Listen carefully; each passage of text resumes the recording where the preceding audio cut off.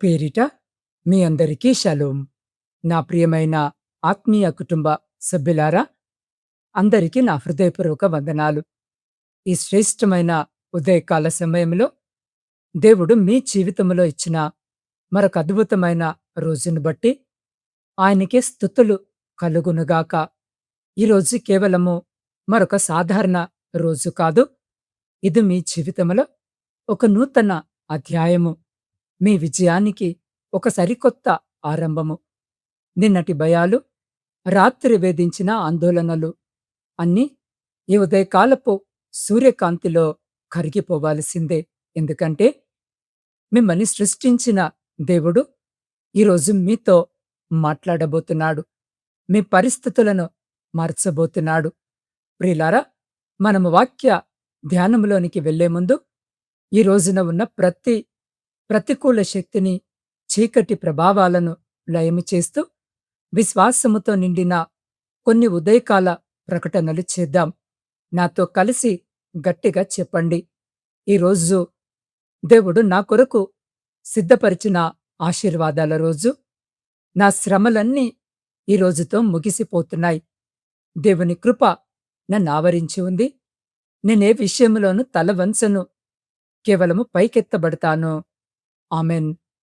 ప్రియ సహోదరి, సహోదరులారా, ఈ ఉదయకాలపు దైవ సందేశము మీ హృదయాన్ని తాకుతూ ఉంటే ఇప్పుడే ఈ వీడియోను లైక్ చేయండి మరియు నా ఛానల్ని సబ్స్క్రైబ్ చేసుకోండి. ఇప్పుడు మన హృదయాలను దేవుని వైపు తిప్పుతూ ఆ పరమ తండ్రికి ఒక చిన్న ప్రార్థనను సమర్పిద్దాం. పరమ తండ్రి, ఈ పవిత్రమైన ఉదయకాలములో నీ బిడ్డలమైన మేమంతా నీ పాదాల చెంతకు చేరుకున్నాం. మా హృదయాలను తెరిచి ఉంచాం. నీవు మాతో మాట్లాడి మా ఆత్మలను బలపరచమని, మా ప్రతి అడుగులో నీ తోడుపాటును దయచేయమని యేసు క్రీస్తు పవిత్ర నామములో ప్రార్థించి స్తుతించి అడిగి పొందుకొని ఉన్నాము మా పరమ తండ్రి. ఆమెన్. ప్రియ సహోదరి, సహోదరులారా, ఈరోజు మనము ధ్యానము కొరకు ఎన్నుకోబడిన దేవుని వాగ్దాన లేఖనము మత్తయి సువార్త 1వ అధ్యాయము 1వ వచనము నుండి 17 వచనాలను ధ్యానము చేద్దాం. ప్రియులారా, నేను ఇంతకు ముందు వీడియోలో మీకు చెప్పినట్టుగా ఒక క్రమ పద్ధతి అయినటువంటి దేవుని వాక్యాన్ని మీకు అందించాలని, అది మత్తయి సువార్త 1వ అధ్యాయము మొదలుకొని ప్రకటన గ్రంథము చివరి అధ్యాయము వరకు ప్రతి వచనాన్ని మీకు పూర్తిగా వివరించాలని ఆశ కలిగి ఈ దినము నుంచి ఇదిగో మత్తయి సువార్త 1వ అధ్యాయం నుంచి ప్రారంభించడం జరిగింది. కాబట్టి ప్రతి దినము క్రమము తప్పకుండా మర్చిపోకుండా ప్రతిరోజు వాక్యాన్ని దయచేసి శ్రద్ధగా విని పరిశుద్ధ లేఖన భాగాన్ని అర్థము చేసుకునే ప్రయత్నము చేయాలని ప్రార్థనాపూర్వకంగా మిమ్మల్ని అందరినీ కోరుకుంటున్నాను.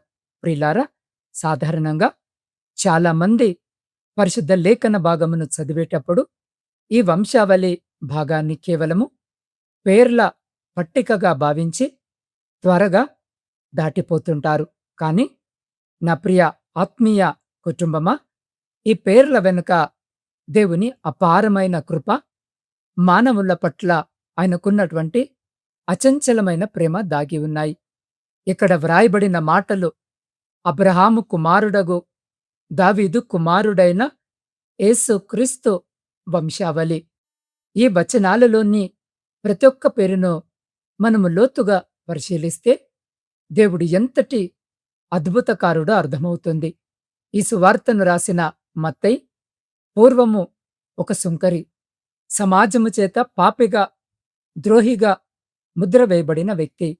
అలాంటి మత్తయిని యేసు ప్రభు పిలిచి తన శిష్యునిగా చేసుకొని ఈ గొప్ప సువార్తను రాయడానికి అర్హునిగా చేశాడు.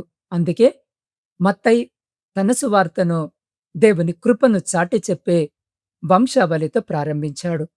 ఈ వంశావళి ఏ కాలములో ఎందుకు రాయబడిందో తెలుసా?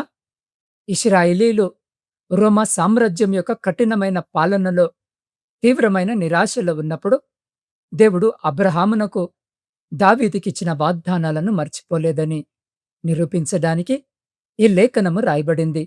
పూర్వకాలములో యూదుల వంశావళిలో కేవలము పురుషుల పేర్లు మాత్రమే రాయడము ఆనవాయితీ. కాని ఈ పరిశుద్ధ గ్రంథములో మత్తయి 5 స్త్రీల పేర్లను చేర్చాడు. వారు వారు తామారు, రాహాబు, రూతు, బత్షెబ మరియు మరియా. ఈ 5లో 4 స్త్రీల జీవితాలు సమాజ దృష్టిలో ఎన్నో లోపాలు, అవమానాలతో కూడినవి. తామారు మోసానికి గురైంది. రాహాబు ఒక కానానీయుల వేశ్య. రూతు అన్యస్త్రీ అయిన మోయాబీయురాలు. బత్షెబ పాపపు ఊబిలో చిక్కుకున్నది. అయినప్పటికీ దేవుడు వారిని త్రోసివేయలేదు. వారిని రక్షకుడైన యేసు క్రీస్తు యొక్క పవిత్రమైన వంశావళిలో భాగస్వాములను చేశాడు. దీనర్థమేమిటో తెలుసా? దేవుని కృప మనుషుల గతాన్ని చూడదు, వారి హృదయ శుద్ధిని మరియు భవిష్యత్తుని చూస్తుంది. ప్రియులారా, నా మాటలు జాగ్రత్తగా వినండి. ఈ ఉదయము ఈ సందేశాన్ని వింటున్న మీలో కొందరు తీవ్రమైన ఆందోళనతో బాధపడుతూ ఉండవచ్చు. నా గతము చాలా దారుణముగా ఉంది. నా జీవితంలో నేనెన్నో తప్పులు చేశాను. సమాజము నన్ను తక్కువ చేసి చూస్తుంది. నా ఉద్యోగము ఊడిపోయే స్థితిలో ఉంది. వ్యాపారములో అప్పుల ఊబిలో మునిగిపోయాను అని మీరు కుంగిపోతున్నారా? మీ కుటుంబంలో ప్రశాంతత లేక నిరాశ, నిస్పృహలు మిమ్మల్ని చుట్టుముట్టాయా? లోకము మిమ్మల్ని మీ తప్పులను బట్టి, మీ బలహీనతలను బట్టి విమర్శించవచ్చు. కాని పరలోకమందున్న మీ తండ్రి మిమ్మల్ని మీ తప్పులతో సహా ప్రేమిస్తున్నాడు. ఆయన మిమ్మల్ని తృణీకరించే దేవుడు కాదు. మిమ్మల్ని కడిగి పవిత్రపరిచే దేవుడు. యేసు వంశావళిలో రాహాబు వంటి వేశ్యకు స్థానము ఉందంటే, రూతు వంటి అన్య స్త్రీకి గౌరవము దక్కిందంటే, ఈరోజు ఈ వాక్యము వినిచిన్న మీ జీవితము ఎంత పాడైపోయినా, ఎన్ని కష్టాలలో ఉన్నా దేవుడు మిమ్మల్ని విడిచిపెట్టడు. ఇక్కడ ఒక ప్రాముఖ్యమైన సత్యాన్ని గ్రహించండి. మీ జీవితంలో ఎదురయ్యే ఆర్థిక ఇబ్బందులు కాని, ఉద్యోగ భద్రత కాని శాశ్వతము కావు. ప్రియులారా, ఈరోజు ఈ వాక్యము వినుచున్న మీ ముందున్న తలుపు మూయబడితే, దేవుడు అంతకంటే శ్రేష్టమైన 100 తలుపులను తెరవగల సమర్థుడు. మీరు చేయవలసిందల్లా ఒకటే, మీ భయాలను దేవుని పాదాల చింత పెట్టండి. నిరాశ అనే చీకటి గదిలో కూర్చోవడము మానేసి విశ్వాసముతో అడుగు ముందుకు వేయండి. దేవుని కృప మిమ్మల్ని వెంటాడుతుంది. లోకము మిమ్మల్ని నీవు దేనికి పనికిరావు అని అన్నప్పుడు దేవుడు అంటున్నాడు, నీవు నా దృష్టిలో గనుడవు, నా అరచేతులలో నిన్ను చెక్కుకున్నాను అని. మీ తక్కువ ఆత్మవిశ్వాసాన్ని తీసి పారేయండి. మీ కుటుంబ సమస్యలు ఏవైనా కావచ్చు, భార్య భర్తల మధ్య గొడవలు కావచ్చు, పిల్లల భవిష్యత్తు గురించిన ఆందోళన కావచ్చు. వీటన్నిటిపై దేవుని కృప ఈరోజు విజయాన్నివ్వబోతుంది. ఎందుకంటే విరిగి నలిగిన హృదయాలనే దేవుడు ఎక్కువగా ప్రేమిస్తాడు. మీ కన్నీటి ప్రార్థన ప్రతి ఒక్కటి ఆయన వింటున్నాడు. ఈ ఉదయకాలాన దేవుడు వ్యక్తిగతంగా మీతోనే మాట్లాడుతున్నాడు. నా బిడ్డా, భయపడకు, నేను నీకు తోడైయున్నాను అని. అవును ప్రియులారా, ఈ సందర్భంలో పరిశుద్ధ లేఖన భాగంలోని ఒక అద్భుతమైన పాత్ర అయిన రూతు జీవితాన్ని ఒక ఉదాహరణగా మనము చూద్దాం. రూతు ఇశ్రాయేలు దేశానికి చెందిన స్త్రీ కాదు. ఆమె మోయాబు దేశపు అన్య స్త్రీ. మోయాబీలు అంటే ఇశ్రాయేలీల దృష్టిలో శాపగ్రస్తులు, తక్కువ జాతివారు. రూతు జీవితంలో చిన్న వయసులోనే భర్తను కోల్పోయింది. అత్త నయోమితో కలిసి ఏ ఆధారం లేని స్థితిలో ఆకలితో అలమటిస్తూ బెత్లెహేముకు వచ్చింది. ఆమె జీవితంలో ఎలాంటి ఆశ లేదు, భవిష్యత్తు శూన్యముగా కనిపించింది. కేవలము ఇతరుల పొలములో పడిపోయిన పరిగె ఏరుకొని బ్రతికాల్సిన దుస్థితి ఆమెది. సమాజము ఆమెనొక దిక్కులేని విధవరాలిగా, అన్య స్త్రీగా చూసింది. కాని రూతు దేవునిపై నమ్మకముంచింది. నయోమి దేవుడే నా దేవుడు అని విశ్వసించింది. దేవుని కృప ఆమెపై ఎలా పనిచేసిందో తెలుసా? ఏ పొలములోనైతే ఆమె పరిగె ఏరుకోవడానికి వెళ్ళిందో, ఆ పొలపు యజమాని అయిన బోయాజు కన్నులలో ఆమెకు దయ లభించింది. దేవుడు ఆమె దీనస్థితిని మార్చాడు. దిక్కులేని విధవరాలిగా ఉన్న రూతును ఆ దేశంలోనే అతిపెద్ద ధనవంతుడైన బోయాజుకు భార్యగా చేశాడు. ప్రియ సహోదరి సహోదరుడా, అంతటితో ఆగలేదు. దేవుని కృప ఎంత గొప్పదంటే, ఆ అన్య స్త్రీ అయిన రూతును యేసు క్రీస్తు యొక్క పవిత్ర వంశావళిలో ఒక గొప్ప ముత్తవ్వగా నిలబెట్టింది. దావీదు మహారాజుకు ఆమె ముత్తవ్వైంది.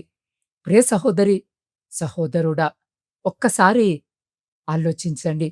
ఏ ఆధారం లేని శాపగ్రస్తురాలిగా భావించబడిన ఒక స్త్రీ జీవితాన్ని దేవుని కృప అంత ఉన్నతమైన స్థానములో నిలబెడితే, మరి రాత్రింబగళ్ళు ఆయనను నమ్ముకొని ప్రార్థిస్తున్న మీ జీవితాన్ని ఆయన వదిలేస్తాడా? మీ ప్రస్తుత కష్టాలు, అప్పులు, అనారోగ్యాలను చూసి మీరు నిరాశపడకండి. రూతు జీవితములో చీకటి రాత్రి గడిచిపోయి వెలుగు ఎలా వచ్చిందో, అలాగే మీ జీవితంలో కూడా దేవుడొక అద్భుతమైన కాంతిని, విజయాన్ని మీకివ్వబోతున్నాడు. ఇది దేవుడు మీకిస్తున్న గ్యారెంటీ. కాబట్టి నా ప్రియ సహోదరి, సహోదరుడా, ప్రార్థనలోనికి వెళ్ళే ముందు ఒక్క నిమిషము మీ హృదయాలను పరీక్షించుకోండి. యేసు క్రీస్తు వంశావళి ద్వారా దేవుడి రోజు మనకు నేర్పిస్తున్న పరమ సత్యము ఒకటే. దేవుని కృప మీ గతాన్ని బట్టి మిమ్మల్ని అంచనా వేయదు.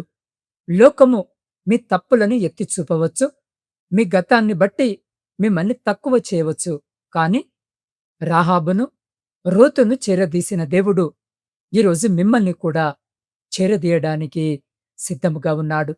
మీ జీవితం ఎంత పాడైపోయినా, మీరెన్ని కష్టాలలో, నష్టాలలో ఉన్నా ఆయన కృప మిమ్మల్ని ఒక నూతన సృష్టిగా మార్చగలదు. మీరు చేయవలసిందల్లా ఒక్కటే. మీ గతాన్ని, మీ భయాలను, మీ పాప భారాలన్నీ ఇప్పుడే దేవుని పాదాల చెంత పెట్టేయండి. ప్రభువా, నా యోగ్యతను బట్టి కాదు నాయనా, నీ కృపను బట్టి నన్ను క్షమించి నన్ను వాడుకో అని ఎవరైతే హృదయపూర్వకముగా ఇదిగో ఈరోజు అడుగుతారో, నా ప్రియ సహోదరి సహోదరుడా, వారి జీవితాలను దేవుడు ఈ రోజే మార్చబోతున్నాడు. మీ హృదయాలను దేవునికి సమర్పించుకుంటూ కళ్ళు మూసుకొని వీలైతే మోకరించి లేదా నిలబడి ఉండి ఆకాశము వైపు మీ రెండు చేతులెత్తి ప్రార్థనలో నాతో పాటు ఏకీభవించండి. మహా పరిశుద్ధుడా, సర్వశక్తిమంతుడా, కృపాసత్య సంపూర్ణుడవైన మా పరమ తండ్రి, నీ పరిశుద్ధ నామానికి కోటాను కోట్ల స్తుతులు, స్తోత్రాలు, వందనాలను చెల్లిస్తున్నాం. ఈ ఉదయకాల సమయం ఈ దైవ సందేశాన్ని వింటున్న నీ ప్రియ బిడ్డలందరినీ నీ పరిశుద్ధ పాదాల చెంతకు తీసుకొని వస్తున్నాను. తండ్రి, నీ అధికారపూర్వకమైన హస్తాన్ని చాపి ప్రతి ఒక్కరిని ఇప్పుడే తాకండి. దేవా, ఎవరైతే తీవ్రమైన ఆర్థిక ఇబ్బందులతో, అప్పుల భారముతో నలిగిపోతున్నారో వారిపై నీ కృపను కుమ్మరించండి. ఈరోజే వారి ఆర్థిక బంధకాలను తెంచివేయండి. వారి వ్యాపారాలలో, వారి ఉద్యోగాలలో నూతన ఆశీర్వాదాలను దయచేయండి.